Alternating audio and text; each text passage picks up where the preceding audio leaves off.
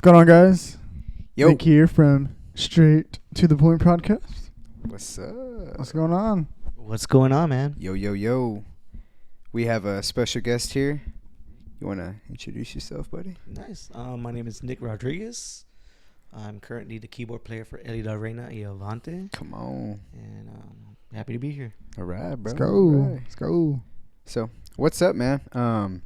Nick Rodriguez, musician. Are you like a full-time musician? Like, what's going on? You see, I'm a full-time musician. Been doing it for 10 years with Elida now. Touring musician.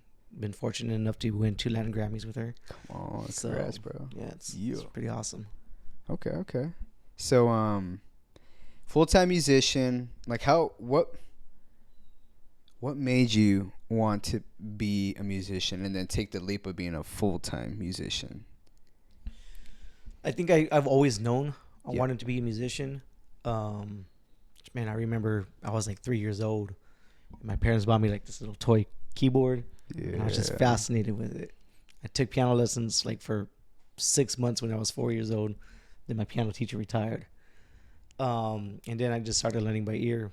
Like I got back into it like I was 8 years old. So that journey was always just there. I always knew Yeah. I wanted to be a musician. Come on. So I went to school for music when I graduated. Then was playing in different bands, and opportunities came. Just kind of grinded and hustled, Yeah. and I knew this is what I wanted to do, and I wasn't gonna stop. Yeah. I was gonna get it. Dude. Sweet. Yeah, bro. So like now you're a musician full time, right? So like you have like a business, like what else do you kind of have like going? You give lessons or like what else is going on? Yeah. So what's cool is now that I've kind of built my platform, and I'm in the finishing stages of building my Patreon. Yeah. So when this goes live, my Patreon should be launched already. Sweet. So, being a touring musician, there's a lot of stuff that goes on behind the scenes. There's a lot of stuff that I do personally that I'm building my brand, Yeah. which is just my name. It's just going to be Nick Rodriguez. But it's my own personal library. I'm going to be doing synth tutorials. I'll be doing piano lessons. I'll be doing behind the scenes, question and answers, gear, reviews, a lot of that type of stuff. Dude, it's dope. Yeah, dude. Right. Like when I hear like musicians that are full time musicians, 24/7, like that's what they do. Like music in itself, it takes time. Like you have to spend time with your craft, and that's like with anything else. But then to also take the leap and like go all in on music, I could only imagine just the grind Yeah, of it's it. You know what I difficult, mean? man. Yeah. It wasn't always easy. Exactly. It's people are gonna look at you funny. It's like, oh, why don't you get a real job? Exactly. This is a real job for a lot of people, Mm-hmm. and it's some people will tell you it's called music business for a reason. It's a Yeah. business, Mm-hmm. and I think a lot of young musicians, they want to just kind of play, but you also have to think of it as a business. We are a product. Yeah. We got to market ourselves, the correct way, and build up your brand and build up who you are and market yourself as a business. So whenever I went full time, as like this is what I'm going to do full time. Yeah. I was in school. I dropped out of school. I had like a year and a half left, and I just took a leap of faith. It's like, you know what? If I got to devote my time to do this, I got to do it. And this is school for music. This is school for music. Oh man. Yeah. Okay. So I was in theory classes and all of that type of stuff. I was already, I was deep in that, Yeah. but I wanted to perform. Yeah. I wanted to go out. I wanted to be a live musician. You wanted to do it. I wanted to do studio sessions. I Yeah. wanted to make albums. I wanted to tour the United States. I wanted to go in front of all these people. That's what I knew what I wanted to do. Yeah. School wasn't offering that for me. So I was like, man, I got to do something. You just probably didn't want to miss the opportunity again. Yeah, that's a lot of what it was. When the opportunity came on it, I jumped on it because Yeah. school's always going to be there. That was my mentality. Yeah. School's always going to be there, and I'm not saying that this is for everybody. For some people, they might want to finish up school. Yeah. But for my journey, it was different. School was always going to be there, but I wasn't going to get this opportunity probably ever again. So when I got that call, I was like, yeah, man, I don't care what I got to do. I was still in school at the time, and my first year, whenever I was with L, I was full time school student as well. So I was like, I think it's like 16 hours, and as a music student, 16 hours is like 22 hours. Yeah. So I remember we would be getting, because we would tour on the weekends. On a Monday, we'd be pulling into Kingsville because I was going to school in Kingsville at the time, and they would drop me off at like 6:30, 7 o'clock in the morning. Yeah. Sometimes I didn't even have a chance to go to my place and get ready for school. I'd have to get ready on a bus, knowing that I was going to go straight to class. Yeah. And I had an 8 a.m. class coming in from like, we were played in like Lubbock or something the night before. Yeah. Traveling for 12 hours and then get ready to go to, school all day and do that. So in making that decision, how was your support cast? What was like your parents saying, like your immediate family? So I've always, luckily for me, I've always had very, very supportive parents. Yeah. And my dad, whenever I was young, he knew I had that gift. And, he would support me with instruments. Like, I grew up not wanting regular toys. I didn't want a gaming console. Yeah. I didn't want any of that type of stuff. I wanted, I want a keyboard, or I want a guitar. And luckily, my parents supported that. When I made the decision to go to music school, they saw I had a passion for it. Yeah. Go for it. When it came to making the decision to get out of music school, they were just like, oh, yeah, stay in school and see, how you feel, which I did. Which is why, the first year I stayed in school. But it was very, very hard, to do both at the same time. Yeah. So I talked to my parents. So I told them my philosophy is like, look, let me just do this because I have the opportunity. If it doesn't work, I'm going to go back to school. Come back. It's going to be there. Yeah. I'm happy to say that it worked. Yeah. Yeah, dude. So, and then my parents saw it too. Like, even now, they're just like, man, I can't imagine you not being on stage. I took a little bit of a hiatus, and my parents are like, when are you going to go back? Yeah. Because we miss seeing you do what you do. Yeah. Because they knew that was what my heart wanted to do. Exactly. So it was very, very good to have that support system. I know a lot of people don't have that support system, but for me, I was very, very fortunate that they supported that grind too. Man, dude. And how old were you? I was 23. Oh, dude. 23 when it happened. And that's such a difficult age too, because you're seeing like your friends go do this, and your friends starting their lives in this way and doing this and doing that, going the whole college deal, working, having kids, getting married and whatnot, and then to get up and leave school and just jump, bro. Yeah, it was difficult. There was times, man, when I was first starting out, because I got on with L at 23, but I started, doing, I guess, not full-time musician, but like 3/4 time musician, and still doing school part-time. When I was like 21, and there was times where I was like, man, I couldn't make rent, and I was like, it was difficult times. I was like, I didn't want to ask my parents for money, so I had to just kind of grind it out, make connections and stuff like that. And would you say like networking and like definitely like relationships, like on who you know, is probably a key? It's a very, very big key. A lot of people will tell you like college is for networking, but also network with the people who are in the industry. Yeah. Don't be afraid to ask them questions. For me, my friends were like leagues older than the people I was going to college with. Yeah. I wanted to see what the successful people were doing. Exactly. Wanted to get around them. It's like, hey, do you mind if I just ask you a couple questions? Yeah. I'll pay for a beer. What like I would just pay people, like for you, whatever. It's their time. Yeah. Why not? Yeah. So it's like, hey, let's just go grab whatever it is that you like to drink or eat, and let me just ask you some questions. Mm-hmm. And that's what I did, and we became friends. Then when they know people who are looking for musicians, it's like, hey, this band's looking for this musician for this weekend. You want to go help them out? It's like, oh yeah, that's what I did. I did, helping out a couple of bands for a while before I got, the call whenever I started with Elida, I was a hired musician just for, as backup. Yeah. And then whenever they let go of their keyboard player at the time, I was next in the line. It's like, hey, do you want to do this? Let's go. I was like, you couldn't have asked any sooner, Yeah. Let's go, bro. Okay. So, what other like other music genres of music like are you interested in? Have you already like explored, or has it just been like just cumbia? So like the Tejano industry, I Tejano. grew up with that type of stuff. Okay. But as a keyboard player, I've always liked like electronic music and like the EDM type stuff, or very very synth heavy stuff. Yeah. And on the other side, I also grew up with classical music. So classical music merged with very very synthesizer elements. You kind of bridge that together, and you get progressive rock. Yeah. I've always been like a progressive rock, a progressive metal type of person. Okay. Dream Theater is like my favorite band ever. I got them tattooed. Right Cool.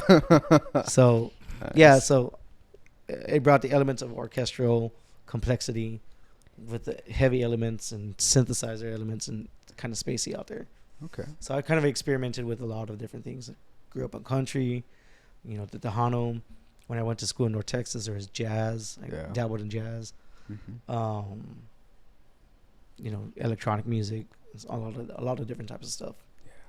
Honestly, today I listened to like 5 or 6 different genres of music. Oh yeah, Really? Easy. You did? I know. I was jamming out in the house like an hour before you came, and then I got bored and I started playing my bass. Yeah. yeah. If you look at my playlist, like if we're on a road trip and I just put like one of my playlists on, you're gonna see like 80 different genres. Exactly. You're gonna see like Tejano, progressive rock, and then like some African spirituals. Haven't hit that yet. Okay. Gospel music. I mean, and then like it'll go to orchestra, Mm-hmm. symphonic music, and I'm all over the place. I have like musical ADD. Yeah. Damn.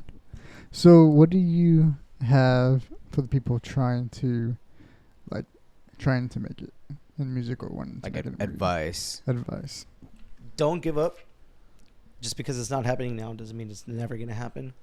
But also, be mindful of your craft. Think of music as a business. We like to be creative. A lot of people like to be creatives, and that's the number one priority. Work on your craft. Be creative on that, but also work on marketing yourself. It's a tough business. It really is. Yeah.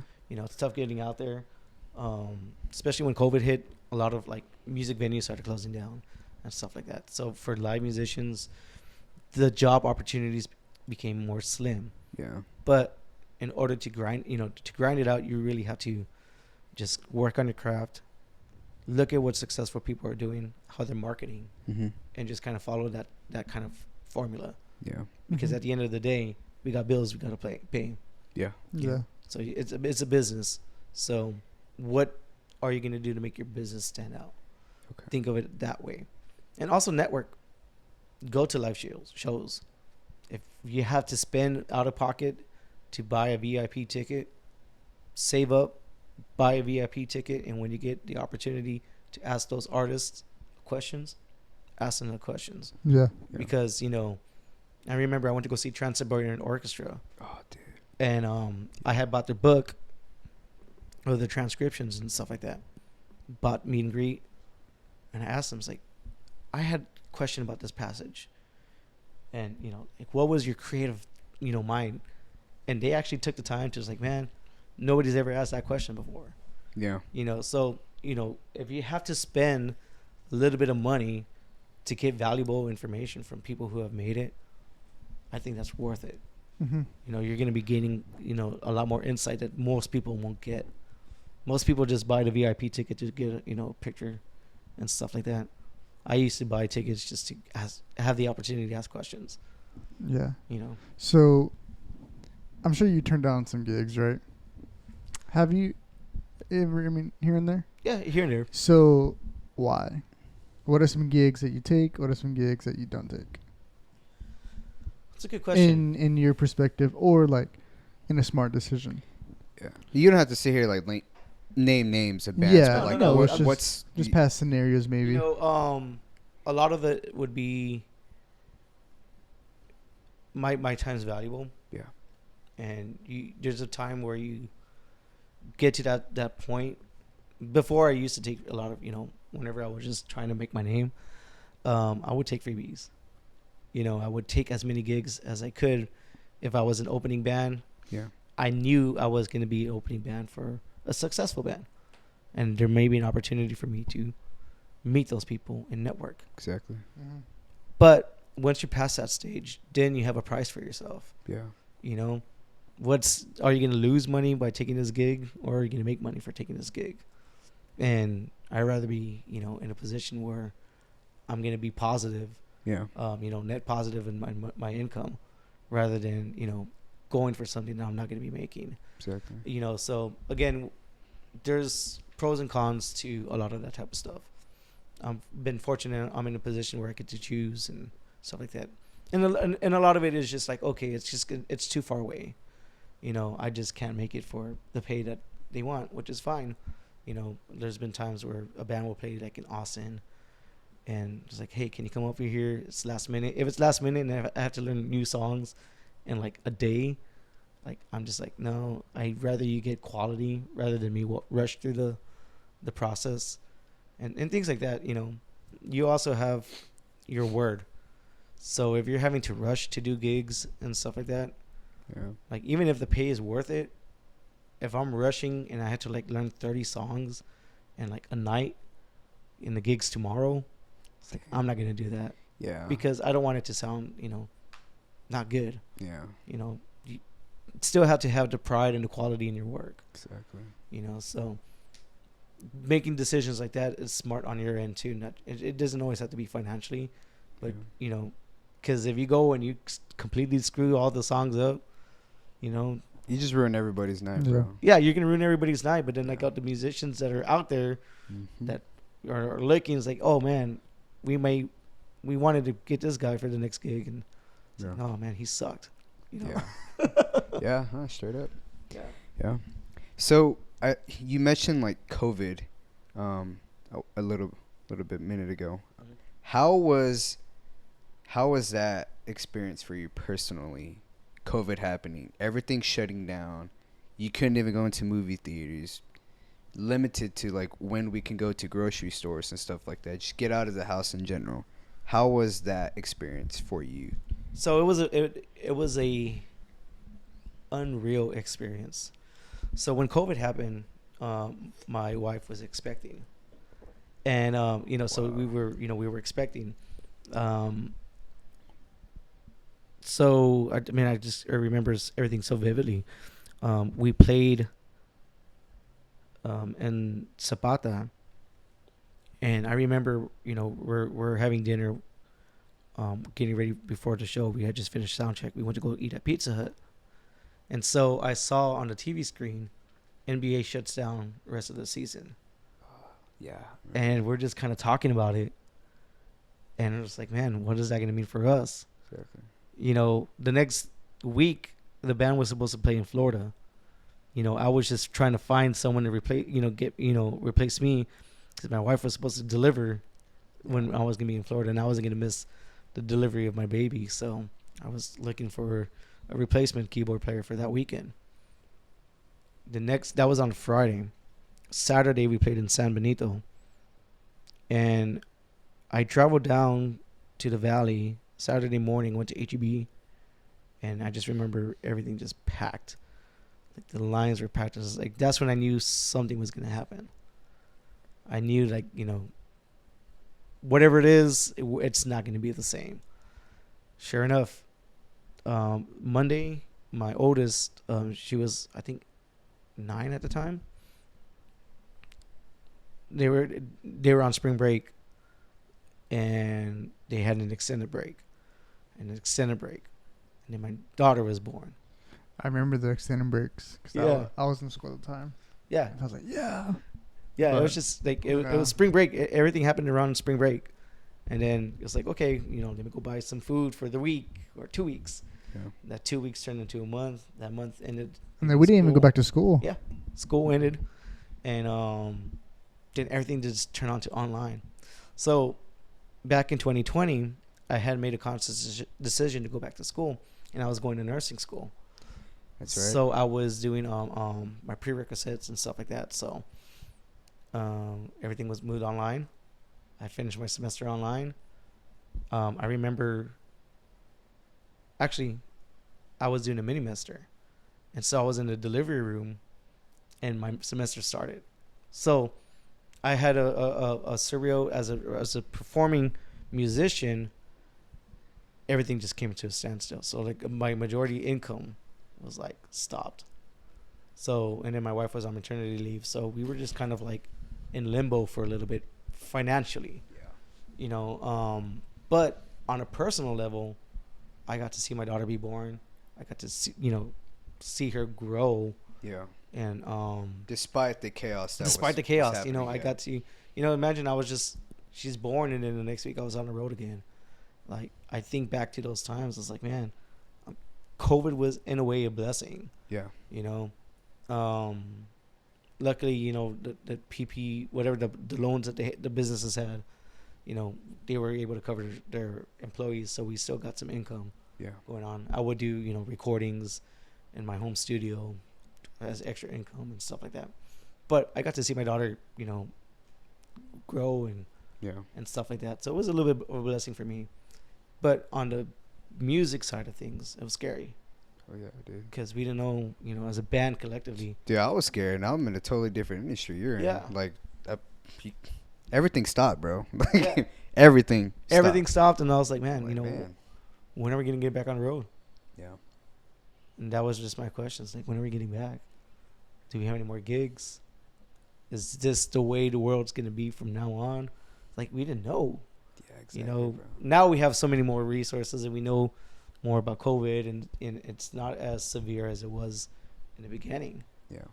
A lot of people died. I was doing clinicals in COVID, and now people were on ventilators and stuff like that. And it was also crazy too, because like when all that started, the people that had COVID, they were like on a stretcher, but like a glass over them, like it was a big thing. Yeah. And so it was like, what the hell is going on? And I think when people got COVID, the scary thing was probably during COVID was if you got COVID, you just from seeing everything going on, you automatically thought the worst possible scenario. Like yeah, exactly. Yeah. And that was a real thing, bro. So like seeing people who got the virus or whatever, and then just seeing their literally like life and emotion leave their body, like that was heavy. Seeing some of that stuff. Yeah, and then like I said, I was in nursing school too. So whenever I started my clinical rounds, I was in McAllen at the time, and I had a 8-month-old whenever I was doing my clinicals, and COVID is like hitting full force in the valley.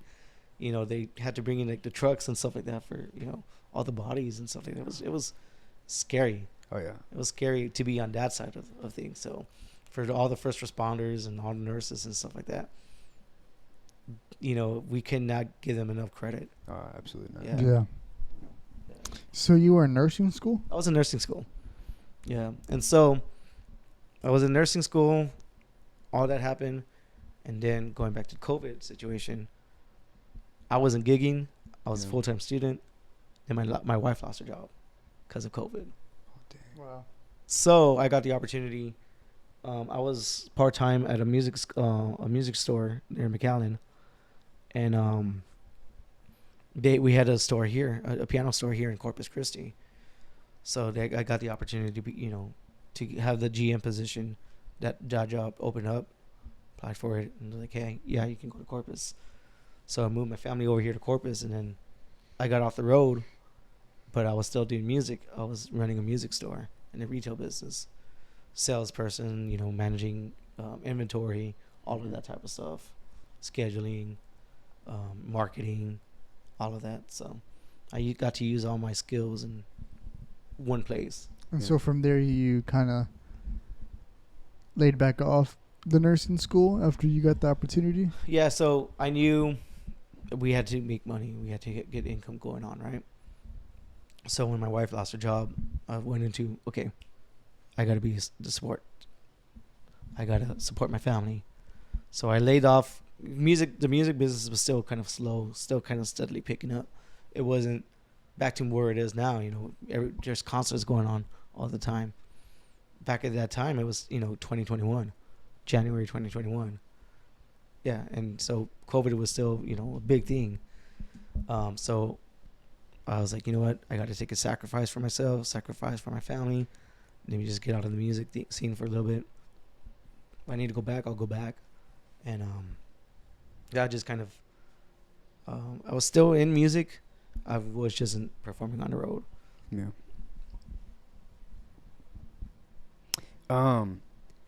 Did y'all perform during 2020? Like, it was random gigs here and there? Yeah, so I think in 2020, I think overall, after the world shut down, I think we had like 3 gigs.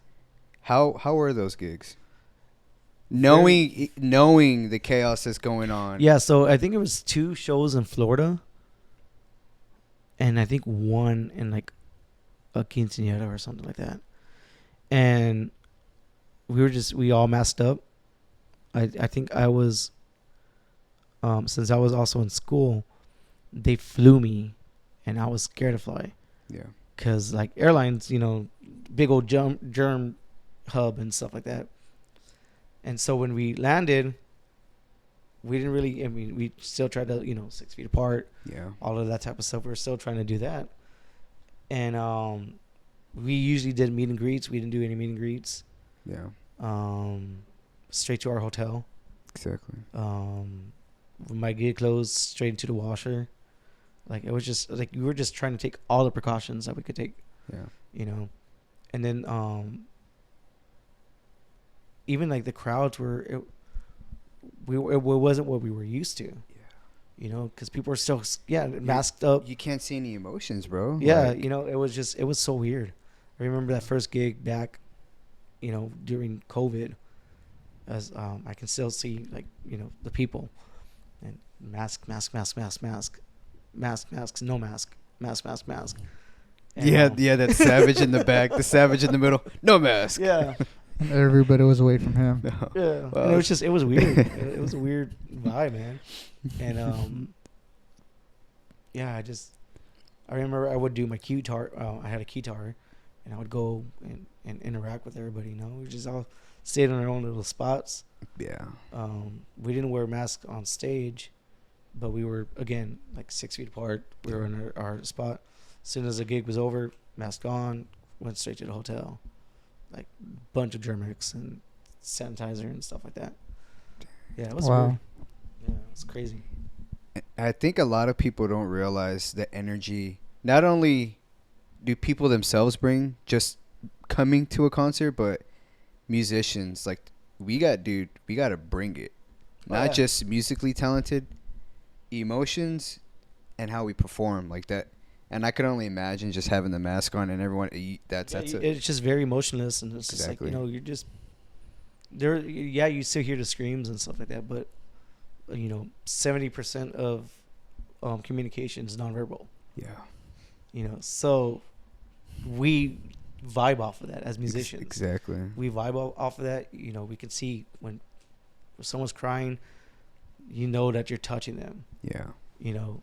If they're smiling, you feel that energy. I'm gonna drink a quick. Go ahead. You want anything? I'm cool, man. Yeah. I'm good. No, I'm good. But So yeah, you feel all that, definitely, even without them, because you have your ears on. You're not really gonna hear what they're saying, what they're screaming or what they're saying or any of that type of stuff. Yeah. With our in-ears on, we can't really hear, but you can definitely tell by their facial expressions. Yeah. Yeah, dude. I'm trying to think of, like, for me, dude, like, it was crazy, because I literally didn't. I mean, I wasn't doing. I just went straight to work and straight home, and I was honestly, that's where, like, I love going to the store now. Why? Because that was the only place that I could really go to get out back in COVID. Yeah. So, like, I love going to H-E-B now. I love going to Walmart. Love going to Target now, because I remember at the time, I don't like to be trapped inside. Yeah. Dude, I hate being trapped inside. I'm not that type of person. It sucked. Yeah, I did suck. I'm a very, very I guess extroverted person. I need to be around people. Mm-hmm. I'm a social person. Yeah. So, we were stuck in between four walls Yeah. for months. Exactly. And it sucked, So I get that. I would, when we needed eggs or something, Oh, I would dude. love to go, hey, Yeah, let's go. I'll go. Just to get Yeah. out. Yeah. And, yeah, but then I would be waiting in line because they were only letting like one person in at a time. Or it was weird. Crazy times. Crazy. Dude, I remember when COVID hit over here, or when I was in school, they were scared. Well, the class of 2020, their graduation was very, very limited. And so they had like only 5-6 people, because they had tickets. So you needed a ticket just to get through the gate for graduation. Yeah, I remember I was working at a clinic there in McAllen. And because remember, I was going through nursing school and all of that type of stuff. Again, I like to be around people. And I was working at a clinic, even if it was just a reception job. I got to meet all the doctors. And it's always been about networking for me. That's one thing I've always learned. But I was working at a clinic. And one of the, I guess, supervisors or managers or whatever her role was, she had a daughter that was a senior. And they canceled senior trips. They canceled senior prom. They canceled all of that type of stuff. And it's like, man, we were just, we would have discussions. She's like, I feel so bad for those kids. They waited their whole lives for these moments. Exactly. And it's taken from them. Because I love high school. I loved high school. I loved college. I loved middle school. So I could only imagine like having that moment in your life taken away from you. Looking forward to like, your senior prom. Exactly. You're looking forward to, your senior trip, senior prank. Gone. Whatever. Gone. Oh, yeah. That's what I was nervous about. But class of 2021, we were nervous about that as well. But you didn't have to. That's when they brought out, like, you didn't have to wear your mask if you didn't want to. Of course, if people did, I'll be honest with you, I hated the mask. Me too. I wore it when I had to wear it, but sometimes I didn't wear it. But for our graduation, it was normal. There was no tickets. But good old Beeville, Texas, you got to worry about the rain. Did it rain on graduation day. It was dark the whole day. Graduation's at 6 o'clock or 7 o'clock. You cleared up by 5:30. Come on. Yeah, it's again, we experience a lot of things that I don't think generations before have ever experienced. It's crazy. It's crazy, Yeah. And now it's like back to normal. Yeah, it's like back to normal. Well, what is COVID? You don't. I Now it's like I like the forget. flu. Yeah, like I don't even know who wears a mask now. Yeah.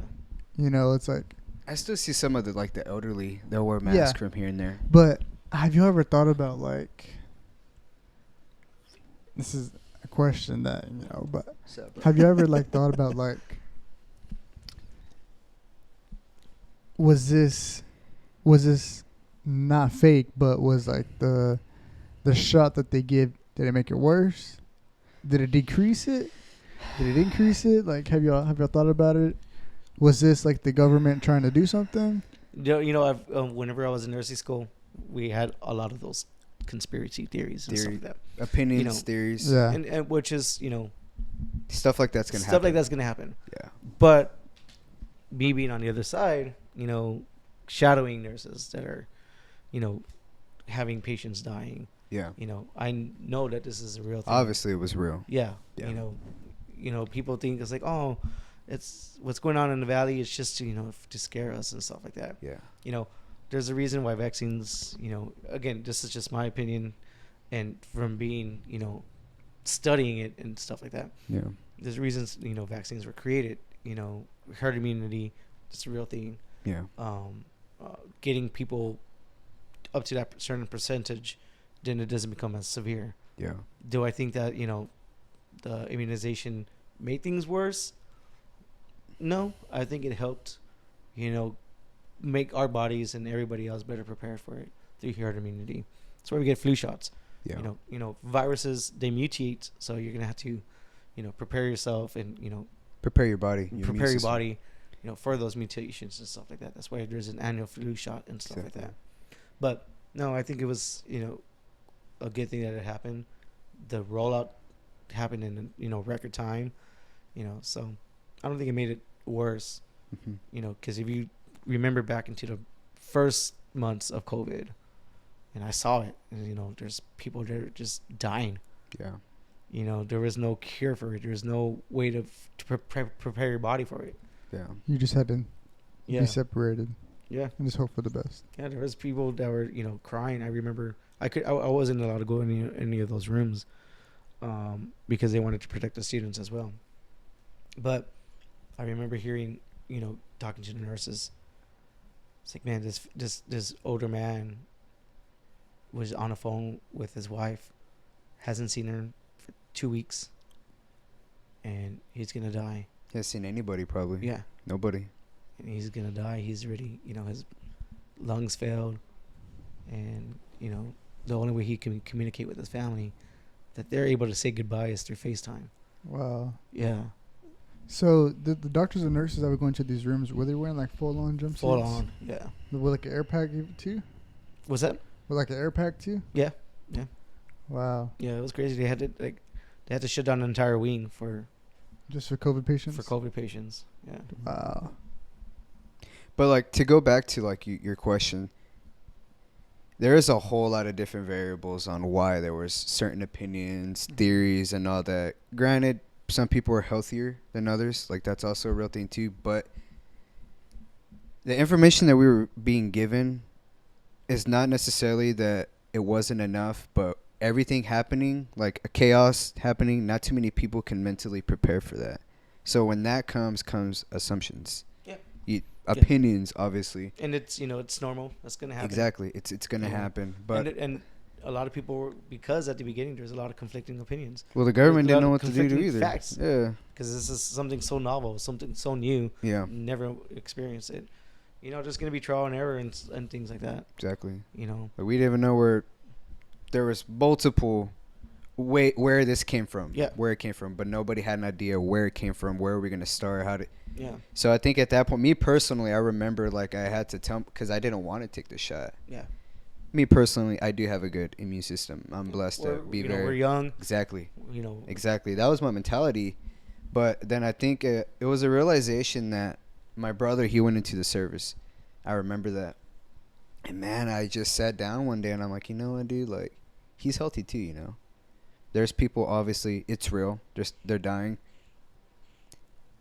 Not only because he was my brother that I had that mentality that I was, okay, fine, I'm ready to take the shot. But I immediately thought of everyone else. Whatever your opinion is, it's fine. Everyone's going to have one. But instead of adding negative to the chaos that's going on, just get the shot, dude. Like, Yeah. if it doesn't bother you, perfect. You don't have any, like, major symptoms or anything like that, great. But at the end of the day, dude, you're at least trying to help the cause instead of, just be stubborn and backlash. You know what I mean? And that takes time for people, though, because, dude, chaos was breaking. All hell was breaking loose. So that takes times, yeah. Yeah, that takes time to sit there and make a decision like that. But Yeah. that was dope, man. Yeah, that's crazy. We just man. kind of flash back to create chaotic times. That's crazy, dude. Because I remember 2021 came, and I'm like, man, are we ever gonna go back to normal, bro? Like, what is normal? What is gonna be normal? Yeah, they kept on saying this is the new normal and stuff like that. Bro, I didn't go to a movie theater till like mid 2022. I think man, And even since then, I've only been in the movies like 3 or 4 times. I think it was like late 2021 when I went to a movie. Like, bro. Actually, have I gone to a movie? I don't even know if I've gone to a movie since COVID. I'll That's take what you I'm to saying, movie. bro. Like, real talk, I don't think I've gone to the theaters since COVID. Dang. That's what I'm saying, dude. Yeah, it's crazy. Yeah, and we used to go to the movies all the time. Mm-hmm.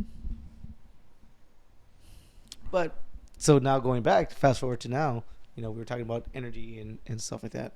Yeah. And now, like, we're probably back to pre-COVID numbers. Yeah. On the road. We were looking at a concert I was showing you with Coldplay. You see how many people are there. That's what we remember as normal. Yeah. And now that I'm back on the road, because I took about a year and a half off on the road. Now that I'm back on the road, I'm seeing the way it was and the way it used to be. We played. Excuse me, I have to burp. And we played in Monterrey, Mexico, in December of last year. And man, I think it was like 40,000 people.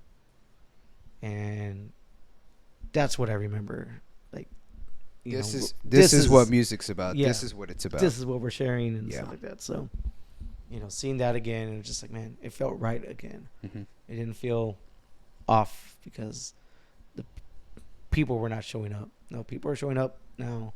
I think we had enough of waiting around. Yeah. Concerts. People were ready to get out Yeah, again. they were just ready to get out. Mm-hmm. And that's great because now we can be creative again. Yeah. And now now we know the energy is going to be there. And now we can bring the energy ourselves. Mm-hmm. And it's very healing as musicians whenever you're putting out that energy and you're receiving it back. Mm-hmm. It's just. Yeah. I mean, we play together at church. Yeah. And, we know rehearsals are different from the actual live performance. Yeah, different. 100%. Very, very different. 100%. Everything changes whenever, people start showing up. Exactly. And the entire vibe just, you see them. You see the emotions. Yeah, you see the emotions. You get their energy. It hypes you up. Yeah. Then you're playing on a different level. You play different, dude. Yeah. You really do. Yeah, so it's great to see that back, post-COVID.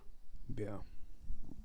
Speaking of, man, dude, Thursday was pretty dope, bro. Yes, it was. Like I remember waking up Thursday and I was like, man, this past Thursday we played at a college age group ministry. It was called Devo. And man, dude, I was really not in the mood to play. That's because I told him before we went to work. I said, you better be ready for tonight. We got a solid team. I looked at him, ready. I'm like, I show up, bro. I know. I think I accepted the request on Tuesday or Wednesday or something like that. And then I didn't even look at till the day of. I woke up that morning. I was like, man, I got church tonight. Let me look at the songs and song lists and stuff like that. Yeah. Before I did that, I was like, who's on team? I went to teams. And then I saw the lineup. I was like, oh man. There was a solid lineup, bro. Yeah, oh, yeah. So I had to learn the songs and make sure that solid band. Yeah, I knew everybody else was gonna be solid. I was like, man, I got to make sure I'm solid. Yeah. And I remember showing up, man, and we ran through the first two songs. I think the first song, or this maybe the second song. And I'm like, oh yeah, dude, we're about to tear it up, man. And I forgot what I think JT asked Sammy. Sammy's the audio engineer. He's all right, Sammy. So, how's it sound? And he's like, man, hell yeah. I'm like, bro, I'm feeling that too, man. I feel that type of way too, song bro. one. That's because I had his talk back pretty loud in my. Yeah, he was my loud ears. too. Like, hell yeah. Hell yeah. I'm like, bro, okay, good, bro. You're feeling what we had we're the feeling. A team going on. It was like, man, hey, that felt Sammy good. was running sound, and I just know we were on song one. Yeah. We weren't even halfway through song one, or we just finished song one. bro. You finished with the trash can, and Sammy just goes, hell yeah. Hell yeah. That's because during rehearsal, bro, we just kind of mess around too. Yeah. Like me and you were in the back, we just we're goofing off, dude. And that's cool. That's what I love about being on stage too. Again, I always, whenever I was in the music retail side and trying to get people signed up for lessons, whenever I talk to prospective students, I tell them music's very, very therapeutical. It's healing. You can have the crappiest day, but you're around us. You're playing music, you can have a good time. Mm-hmm. And then when you're around the right band, Yeah. or the right musicians, you're gonna have an even better time. When everyone's on the same page, bro. That's what it's all Everybody's about. just tight and solid. Yeah. So whenever I saw that, we had this lineup going on, I was like, man, we're gonna tear it up. Sure enough, We tore it up. yeah. Time to throw it Rehearsals down, were, bro. rehearsals were a little bit, They were. they were rehearsals good. always like that, Yeah, like they were you know, good. instead of Yeah. mornings, I'm like, But again, we're missing that emotion from the people. Yeah. Yeah. When we get that emotion from the people, it's like, oh yeah, we're on a different level now. Oh yeah. So was fun, it's dude. fun. It was fun. Yeah, and I think I saw a couple tears out there in the congregation as well. Those are always good to see. Oh yeah, You know. But especially like during salvation, you know. yes. You know that's when you know it's the best part of being in music ministry. Because we're all blessed to be in that music ministry part Yeah. as well. For sure. But we're changing lives Mm-hmm. too. We're helping people see through music, through the power of music, Mm-hmm. Yeah. changing lives. So it's all about that experience, man, that interaction. It's Yeah. great. So, kind of to an ending point, do you have any like last minute like advice? Just anything that you kind of missed out? Because you covered on a lot of things without even us even asking. Yeah. You know. And we can go on for hours and hours and Yeah. hours. Yeah. Which we should probably follow up with part 2 and maybe later on in the future. Yeah. But yeah, again, the biggest thing is don't be afraid to put yourself out there. Don't be afraid of the word no. Yeah. I think Yeah. a lot of people rejection too. have, You a know. lot of people have a fear of rejection. It's okay. You're gonna hear probably a million no's before you hear that yes. Mm-hmm. But if you give up on the 30 no, you're gonna be missing out on that opportunity. But when you get that yes, Mm-hmm. and when that yes comes, you've worked for it. Mm-hmm. So don't be afraid of no. Don't be afraid to invest in yourself. Don't be afraid to invest in your craft, time and financially, because it's only going to make you better. Mm-hmm. Don't be afraid to grind. Don't be afraid to work. It's going to take work. It's going to take the Yeah. legwork, not just in, practice, Yeah. but it's going to take time and it's going to take work to meet the right people, to get the right gig. Mm-hmm. You're going to go through a lot of crappy, maybe not crappy bands, but you're going to play with crappy promoters, or you're going to do a lot of freebies and stuff like that. It's part of, The start. Huh? yeah, it's part of the It's part of- process. start from the ground. Yeah, they call it paying your dues. It's part of paying your dues. You get the experience, because whenever you go, to where you want to end up, you have all of this experience that you gained, Mm-hmm. from ground zero. Yeah. You've seen all of the processes that happen, and it makes you a better person, makes you a better musician, makes you a better business person, because you know what it is like, to be on that other side. So whenever you do get there, you become a little bit more grateful for the journey. Wow. Yeah. Damn, that was good. Yeah, that was good. Music, man. Yeah. Yeah. Music. You're actually our first music guest on the podcast. Nice. Well, yeah. By himself. We had Uriah and Annie, but we That's right. really didn't talk We didn't talk about music. We didn't really go into like music. But that's actually a good idea to go with Uriah, maybe. yeah. Or more musicians too. Yeah. Yeah, definitely. Get more musicians out here. I'll see what I can do. And Yeah, bro. So what's before we like wrap it up and close it up, what's your business again? yeah, so it's just gonna be my name, Nick Rodriguez. Nick Rodriguez, okay. Yeah. I go by Nicholas A. Rodriguez online. I'll put a link to your Facebook and your Yeah, stuff. but definitely check out my Patreon. My Patreon is gonna have a lot of behind the scenes. I'm gonna go more in depth about like the Q&As of what we talked about right now. Yeah. I'll be doing more Q&As.